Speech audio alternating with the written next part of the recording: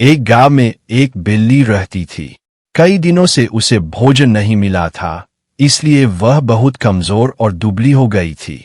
अपनी इस हालत को देखकर वह चिंता करने लगी।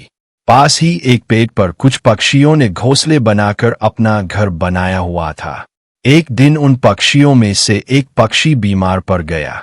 वह इलाज करवाने के लिए किसी वैद्य की तलाश कर रहा था।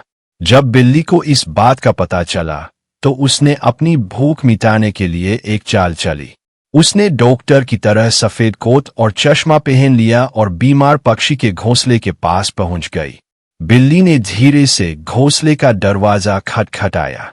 अंदर बैठे पक्षियों ने छोटी खिड़की से देखा तो बाहर एक बिल्ली खड़ी थी। उन्होंने उससे आने का कारण पूछा।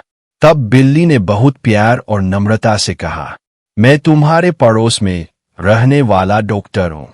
मुझे पता चला कि तुम में से एक पक्षी बीमार है। मैं उसका इलाज करने आया हूँ। बीमारों का उपचार करना डॉक्टर का कर्तव्य है और इससे बड़ा काम कोई नहीं होता। लेकिन पक्षी बिल्ली की बातों पर विश्वास करने की स्थिति में नहीं थे। वे बिल्ली से ज्यादा चतुर थे। उन्होंने बिल्ली से कहा, तुम्हारी मदद करने की भावना को हमारा प्रणाम। अगर तुम बिल्ली न होती तो शायद हम तुम्हारी बातों पर विश्वास कर लेते। लेकिन हमारी भलाई इसी में है कि तुम हमारी नजरों से दूर चली जाओ। यह सुनकर बिल्ली वहां से चली गई। शिक्षा: जो व्यक्ति नुकसान पहुंचाने वाला हो, उसके मीठे शब्दों पर कभी विश्वास नहीं करना चाहिए, चाहे वह मदद करने का दिखावा ही क्यों न करे।